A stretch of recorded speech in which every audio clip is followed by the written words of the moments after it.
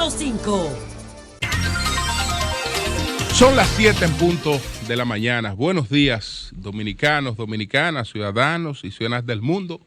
Julio Martínez Pozo, los comentarios de los temas más importantes en el programa de mayor influencia de la radio y la televisión nacional. En este lunes 9 de septiembre, año 2019, buenos días a todo el equipo del Sol de la Mañana, la audiencia de Sol, buenos días a la teleaudiencia de Telefuturo Canal 23 y a todos los que nos siguen a través de las redes sociales. Lamentar pues varios fallecimientos. El ex senador de Barahona, Noé Sterling Vázquez, empresario, productor agropecuario, gallero, un gran amigo, Noé Sterling Vázquez, pues ha fallecido. Él fue el candidato a senador del PRM y había sido senador por el Partido Revolucionario Dominicano por la provincia de Barahona. Pero además del fallecimiento de Noé Sterling Vázquez, antes se había producido el fallecimiento del ex pelotero de los Leones del Escogido, Mackay Moreno, que lamentamos también su fallecimiento, y pues el fallecimiento de otro amigo, vecino, don Miguel Jorge Wessing Polanco. También pues el fallecimiento de Camilo VI. Así es que nuestras condolencias por estas partidas. Ley natural de la vida. Entonces, señores, desde luego que en el día de hoy, entre los temas en los que tenemos que concentrar un mayor tiempo, está el de la santiguación por parte del danilismo de la precandidatura de Gonzalo Castillo. Un hecho que se había decidido desde el mismo momento en que esta candidatura pues fue anunciada. Pero ya explicaremos todo esto y veremos el panorama a partir de la santiguación de la precandidatura de Gonzalo Castillo en la corriente danilista como el candidato de esa corriente. Tuvo el simulacro de la Junta Central Electoral para el voto electrónico que tendremos en las primarias del PRD, del PLD y del PRM, no del PRD, sino del PLD y del PRM el próximo 6 de octubre. Y entonces quiero pues referirme a la situación que en estos momentos confrontan en las justicias dos ex primeras damas, una de las cuales está condenada nada más y nada menos que a 58 años de prisión, y la otra empieza un proceso que podría dejarla también varios años en prisión. Es decir, una de estas primeras damas es la señora Rosa Elena Bobadilla de Lobo. Esa es la esposa del expresidente Porfirio Lobo, hondureño. Y la señora Sandra Torres, que es la esposa de Álvaro Colón Caballeros, expresidente de Guatemala. Entonces, bueno, en el caso del simulacro de la Junta Central Electoral, las informaciones son de que aquí concurrieron 163,000 personas y que se llevó a cabo en 158 municipios, abarcando unas 5,041 mesas. De los funcionarios de la Junta Central Electoral, encabezados por su presidente, han pues definido como un éxito este simulacro que se llevó a cabo en el día de ayer. El simulacro de voto automatizado realizado ayer por la Junta Central Electoral para las primarias del 6 de octubre se desarrolló con una notable falta de participación de los partidos para movilizar su militancia de manera activa, pese al llamado de sus principales líderes.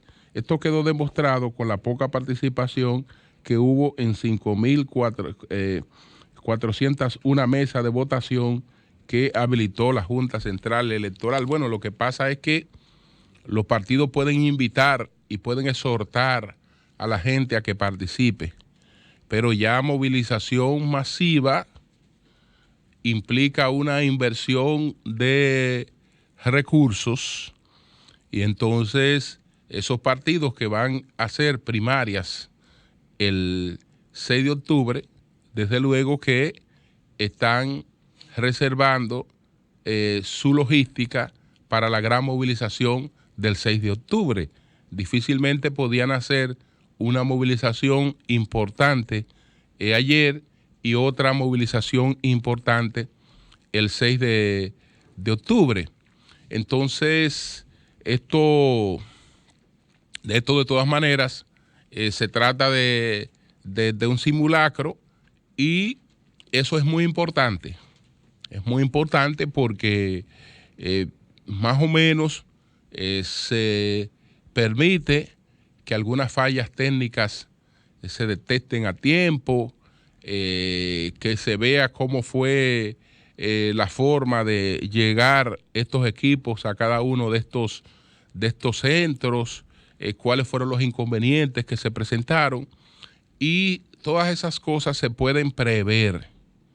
No es que el día que se vayan a desarrollar las votaciones no se van a presentar fallas técnicas e inconvenientes, se presentan de todas maneras, pero si hay una previsión, pues esas cosas tienen ya un protocolo de solución. Entonces, entre otras cosas, los mismos datos que ya dimos, en total unos 163,680 dominicanos acudieron a 158 municipios. En cuanto a la asistencia por edades, el presidente Julio César Castaño Guzmán destacó que 30,865 correspondieron a personas de entre 46 a 55 años, 29,928 a personas de 56 a 65 años, 24,232 a personas de 36 a 45 años y 24,079 a personas mayores de 66 años. 19,225 con edades de 26 a 35 años y 15,227 a personas de 18 a 25 años. Entonces, felicitar a la Junta Central Electoral porque esto es una decisión muy, muy correcta y pues nos prepara, nos adelanta cosas que pueden haberse producido, que pudieran producirse el día de las primarias. La votación parece que era fácil, salvo el hecho de las candidaturas estas múltiples, donde aparecen muchas caras, pues ahí las cosas se torna distinto, pero tenemos que acostumbrarnos y ya veremos qué pasa en estas primarias, que sí van a ser unas primarias muy concurridas, por lo que el cuadro que se proyecta en el Partido de la Liberación Dominicana. Y en el propio PRM, aunque sus primarias tienen un carácter cerrado, es decir, que solo los que aparezcan en el padrón de militantes del PRM, pues tienen el ejercicio al voto. Entonces, señores, mi artículo de esta semana se tituló Candidata a la cárcel, escrito con cierta pena, porque conozco a la señora Sandra Torres. De hecho, ella nos acompañó en 2 oportunidades en El Sol de la Mañana, como nos ha acompañado en varias ocasiones, nos ha acompañado su ex esposo, el expresidente guatemalteco Álvaro Colón. Entonces, esta señora era la primera dama, de Guatemala en el periodo 2008-2012. Y ella en ese periodo dirigió los llamados fondos de cohesión social. Estos fondos de cohesión social son los de el llamado gabinete social. Y desde entonces, lamentablemente, hubo ruidos en los manejos clientelistas de esos fondos de cohesión social. Entonces, cuando llegó el momento de que su partido escogiera candidato, el partido de la Unión Nacional de la Esperanza, llegado el momento de que se escogiera el precandidato para sustituir al presidente Álvaro Colón Caballeros, es decir, el esposo de la primera dama, entonces Sandra de repente surge con unas aspiraciones a la presidencia de la República, algo sorpresivo para algunos, pero no sorpresivo para otros, porque veían que ella, desde los fondos de cohesión social, venía haciendo un ejercicio clientelista. Pero ella tiene un tremendo obstáculo. Es que la Constitución de Guatemala, de manera expresa, prohíbe que los familiares del presidente de la República de turno, hasta el 4º grado de consanguinidad, puedan ser presidente, y hasta el 2º grado de afinidad pudieran ser candidatos presidenciales. Es decir, que la primera dama estaba impedida en términos constitucionales para ser precandidata y candidata presidencial. Pero la primera dama, de manera olímpica, saltó ese obstáculo.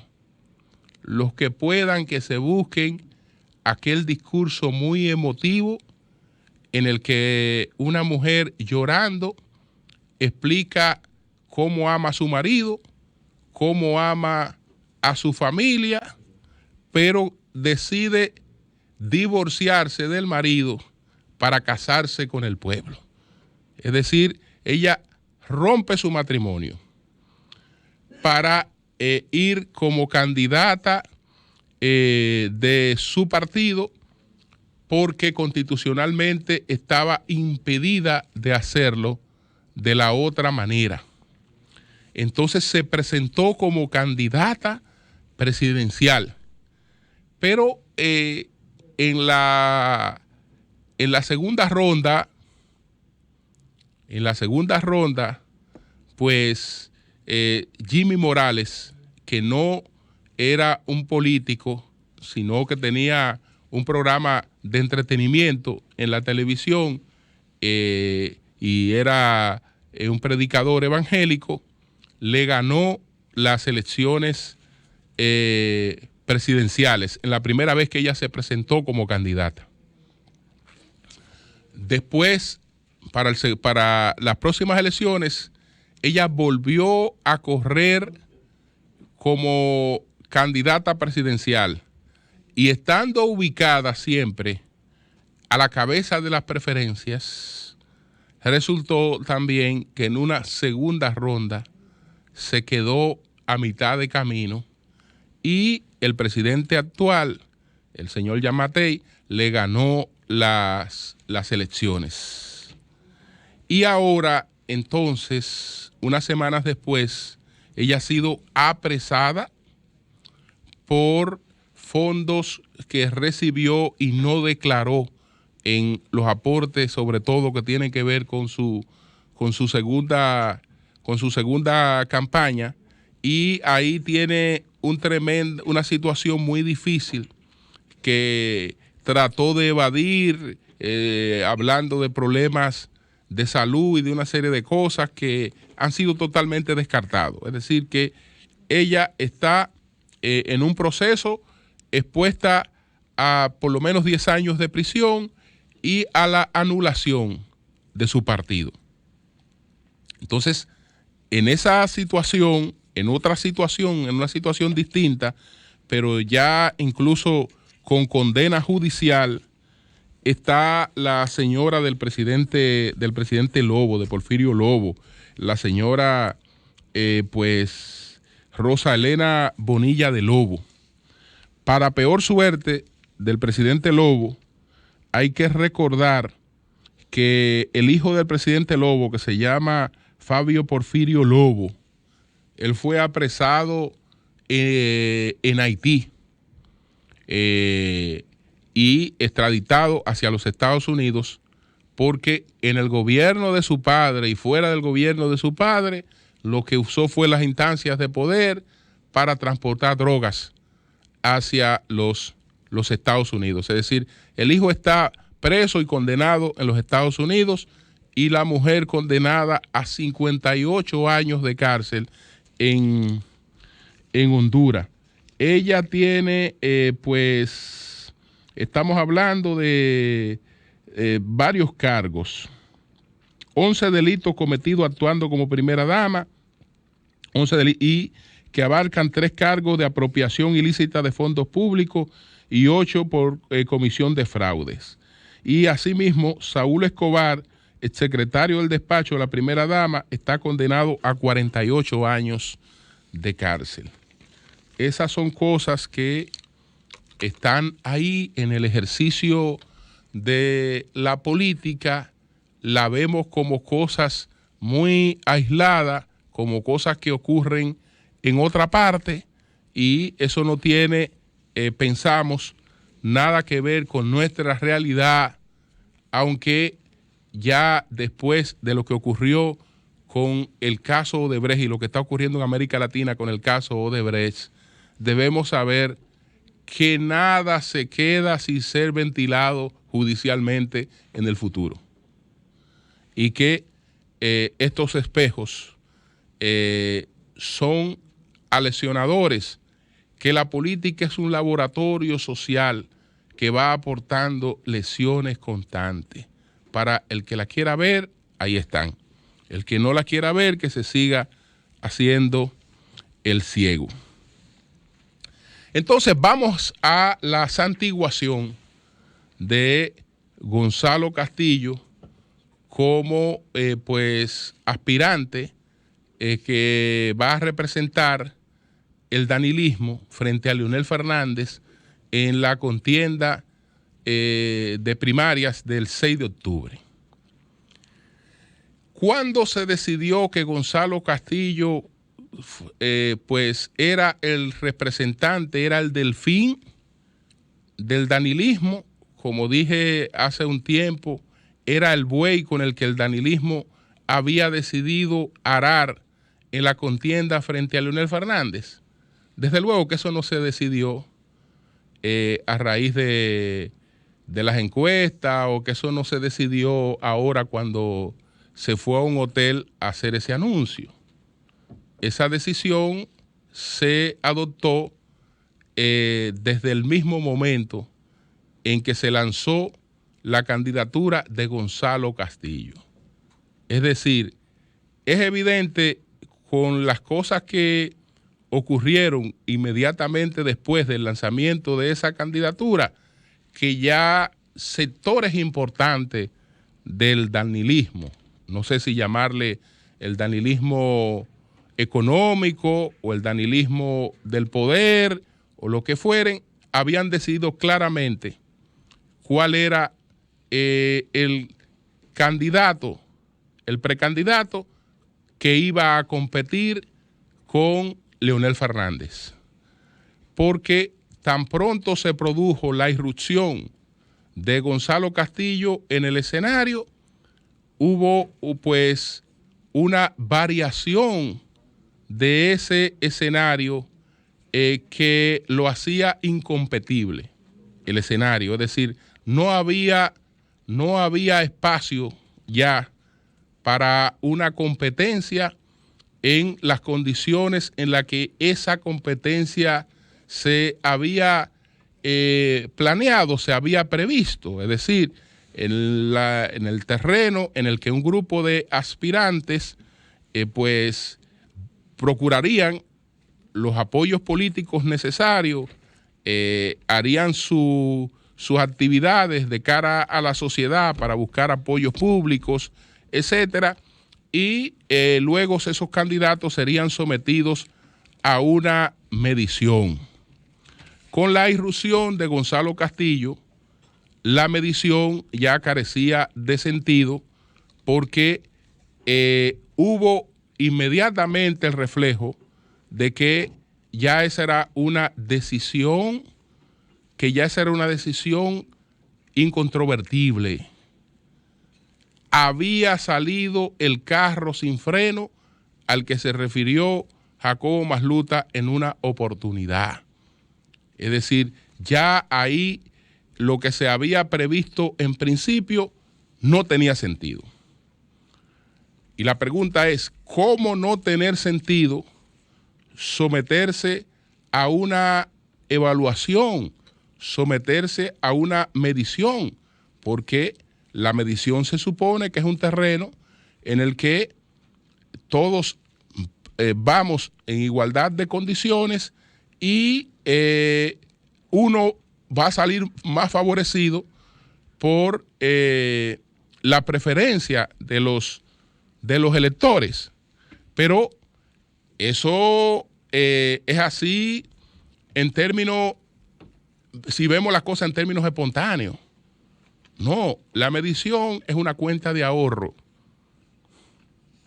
Y esa cuenta de ahorro le va a dar lo que usted le vaya entrando. Lo que usted le vaya entrando. Entonces, si vamos a medir las cuentas de ahorro y resulta que solo a una cuenta se le está entrando, pues no hay que esperar el resultado de la medición final porque ya previamente se está planteando cuál es el resultado. Se está planteando cuál es el resultado. Es decir, desde que una desproporción en el manejo de recursos y desde que mecanismos de poder se activaron abiertamente en favor de una candidatura sin aguardar por los resultados de lo que sería la medición, es evidente que ya había una decisión tomada. ¿Eso es bueno o eso es malo? No, eso no es bueno ni es malo, porque es sencillamente una decisión política. Es decir, con las herramientas, con las informaciones que tal vez yo no estoy manejando, al momento de tomar esa decisión, los que tomaron esa decisión, los que dijeron, es con Gonzalo que nos vamos, y M para todo el mundo, porque por aquí es que nos vamos, ellos pues tenían tal vez en su momento una serie de informaciones que tal vez le decían que por ahí el camino era un camino que podía haber mayor garantía de éxito, por las razones que fueren. Entonces, tomaron esa decisión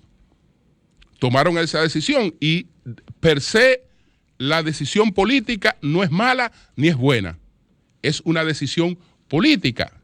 Lo único es que después el escenario no podía permanecer como si no hubiese ya una decisión previa, políticamente adoptada.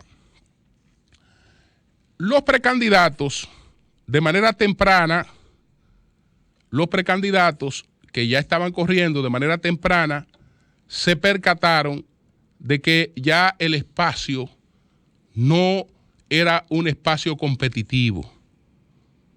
Se percataron de eso y pues quisieron hacerlo saber, trataron de ver cuál era la situación, de enterarse si se había producido ya algún cambio, lo que fuere, porque lo que notaban en términos de lo que estaba ocurriendo, que no necesariamente de las cosas que ellos revelaron ni hablaron, pero sí que se percataron de las cosas que estaban ocurriendo, pues ya sabían que no había competencia y ya sabían que había una decisión previa, que ya había una decisión pues adoptada.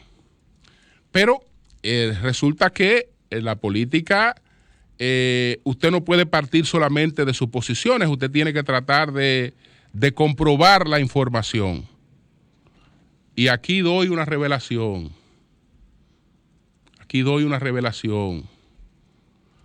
En conjunto trataron de reunirse con el presidente Danilo Medina para percatarse de manera directa de la nueva situación y ver en ese escenario cuál era su rol y qué hacían, porque evidentemente que ya no había competencia interna. La revelación es que después de la salida de Gonzalo Castillo, el presidente no volvió a recibir nunca a los otros aspirantes presidenciales, a los otros precandidatos, sino que delegó a José Ramón Peralta para que José Ramón Peralta fuera que se reuniera con ellos. Ellos expresaron sus inconformidades, incluyendo don Francisco Domínguez Brito. Pero todas esas cosas quedaron pues en canalizaciones que no sé hasta dónde llegaron las canalizaciones, y ya sabemos que dos de esos precandidatos pues renunciaron a formar parte de las mediciones porque ya sabían que esas mediciones no tenían sentido. ¿Qué pasó con Francisco Domínguez Brito? Francisco Domínguez Brito realmente, aún en medio de todo, le ilusionó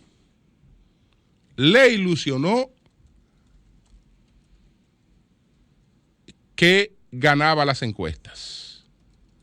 Le ilusionó que él iba a ser el favorecido de todas formas por las encuestas. Y a pesar de que políticamente eso era imposible, porque ya el cuadro se había configurado de manera determinante en favor de un aspirante, él pues decidió mantenerse dentro de lo que se había previsto previamente y aguardar por el resultado de las encuestas que él entendía que le iban a favorecer o lo iban a dejar en una posición muy cercana, muy reñida o lo que fuere. Pero ese cuadro hace tiempo que se había removido. Parece que él partía de mediciones que eran anteriores a lo que ocurrió después de la irrupción de Gonzalo Castillo.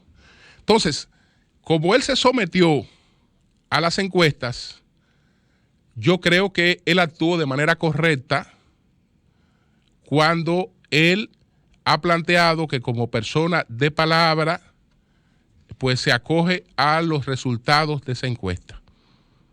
Agradeció a todo el que le apoyó y dijo que se acoge a los resultados de esa encuesta. Eso es lo correcto por parte de Domínguez Brito porque él se sometió a ella. Y la encuesta no podía ser legítima solamente si usted la ganaba. Es decir, si usted se sometió, usted tiene que aceptar lo que de ella, o de lo que de ellas emane, aunque ya usted sabe que por la remoción total del terreno donde esas mediciones se van a hacer y las desigualdades en las que está el terreno donde esas mediciones se van a hacer, usted no tenía ninguna posibilidad. Pero los políticos se ilusionan y Domínguez Brito pensó hasta el último momento que él ganaba esas primarias. Entonces, además de ser correcto que se acogiera a los resultados después de haberse sometido a ella, también es correcto porque Domínguez Brito y los políticos a la hora de actuar no solo pueden pensar en ellos. Los políticos tienen que pensar en la gente que les apoya y en no dejar en situaciones difíciles a gente que le ha apoyado. Hubo gente del gobierno que apoyó a Domínguez Brito y esa gente, si Domínguez Brito asume otra posición después de conocer los resultados de la encuesta, la verdad es que quedan en una situación sumamente incómoda. Y yo creo que con esa postura él le evitó esa incomodidad a gente que le apoyaba y eso para mí también es correcto. Eso para mí es correcto. Entonces, ¿tiene el danilismo un candidato en torno al cual se va a unir? Señores, yo nunca he puesto eso en duda. Nunca he puesto en duda que el danilismo se va a unir en torno a la candidatura que se escogiera.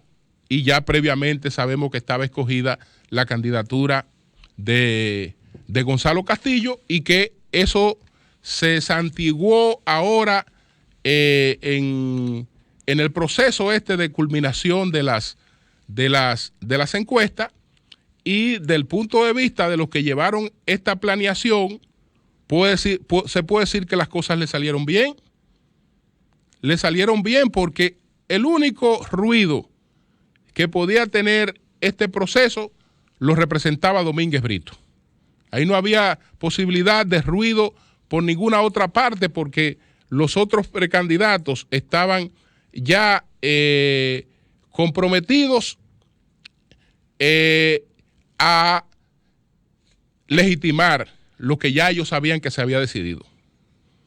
Y así lo hicieron. Y eso no es sorpresa para nadie porque eso era así. Es decir, el único elemento que pudo haber causado algún ruido ahí fue Domínguez Brito y Domínguez Brito se desmontó de la manera menos traumática, es decir, acogiéndose a los resultados de las mediciones. Es decir, que desde ese punto de vista puede decirse que las cosas salieron bien. Aparte de que de las otras cosas que se produjeron en el camino. Entonces, ¿puede el danilismo compactado, pues conducido hacia un objetivo, derrotar a Leonel Fernández? ¿Lo puede derrotar? La pregunta, yo la dejo en pregunta porque hay elementos que favorecen al danilismo y hay elementos que favorecen a Leonel. Y en esos elementos yo no tengo un juicio lo suficientemente claro. Si lo tuviera, lo expreso con absoluta responsabilidad. Puedo citar un factor de ventaja clara para Leonel y un factor que de mi punto de vista beneficia la candidatura del danilismo. El factor claro de ventaja que tiene Leonel hoy, 9 de septiembre, es el posicionamiento que tiene en las mediciones a nivel interno. Es decir, el posicionamiento que él tiene hoy es su ventaja. Es su ventaja porque hay una lucha contra el reloj de poco tiempo. Y entonces él realmente tiene que ser desmontado de ese posicionamiento, aunque el posicionamiento no es suficiente para ganar unas primarias. Pero es necesario, porque para ganarle las primarias a Leonel, también hay que desmontarlo del posicionamiento, porque sería muy traumático que un candidato llegue a un proceso con un posicionamiento muy superior a otro candidato y entonces el candidato que llega con un posicionamiento superior pierda las primarias. Eso es traumático, por eso casi siempre hay que hacer coincidir una cosa y la otra. Pero ¿qué ventaja tiene el danilismo compactado en torno a Gonzalo Castillo? Que no solo se trata de una competencia Gonzalo-Leonel. No es una competencia Gonzalo-Leonel. Se van a escoger muchas candidaturas. Se van a escoger los candidatos a senadores. Se van a escoger los candidatos a diputados. Se van a escoger los candidatos a alcaldes y los candidatos a regidores. Entonces, habría que ver, y no hay que ir lejos para darse cuenta que en eso aventaja ampliamente el danilismo, ¿quién tiene más acarreadores de votos? ¿Quién tiene más acarreadores de votos? Usted lo puede ver en un ejemplo, en cualquier ejemplo. Le ponía a algunos amigos 2 ejemplos. 2 ejemplos. Usted, vámonos a Barahona. Es decir, ¿qué acarreadores de votos tiene Leonel? ¿Qué acarreadores de votos tiene el danilismo? Independientemente de cuál sea el posicionamiento de Leonel en Barahona. Yo no estoy hablando de posicionamiento, sino estamos hablando del acarreo de votos. Por ejemplo, en Barahona hay 4 candidatos a senadores. De esos 4 candidatos a senadores, acarrea votos para Leonel Fernández la candidata a senadora Noris Medina, que es popular y acarrea votos para Leonel Fernández. Pero entonces, para el danilismo, acarrea votos José del Castillo, acarrea votos Peña Rubio, que es candidato a senador, y acarrea votos el actual senador. Es decir, tiene 3 acarreos frente a un acarreo. Usted se va a Santo Domingo Este. Santo Domingo Este, por ejemplo, la candidatura a la alcaldía. ¿Qué acarreadores de votos tiene ahí el doctor Leonel Fernández? Yo no estoy hablando del posicionamiento que tenga. No. El acarreo de votos en términos de candidatura, no de dirigente, que eso no estoy en condiciones de medirlo, y de estructura, eso ahí puedo estar equivocado, sino en la cosa objetiva que puedo medir. Usted ve, por ejemplo, la competencia por la alcaldía de Santo Domingo Este. ¿Qué acarreador de votos importante tiene ahí el Leonel Fernández? No lo tiene. Pero usted tiene ahí varios aspirantes que buscan el mismo puesto, pero todos acarrean hacia el danilismo. El titular, Alfredo Martínez, hacia el danilismo. Karen Ricardo, aspirante a la alcaldía, acarrea hacia el danilismo. Luis Alberto, aspirante a la alcaldía, acarrea hacia el danilismo. Entonces, tendríamos que irnos municipio por municipio, distrito municipal por distrito municipal, observar qué ocurre en ese factor, y ese factor sumado a lo que busquen per se los aspirantes presidenciales va a ser un factor importante. La verdad es que vamos a vivir un proceso muy tenso y muy intenso mi aspiración como dominicano es que este proceso no marque una división del PLD. No marque una división del PLD. No la marque. Quiero estar equivocado.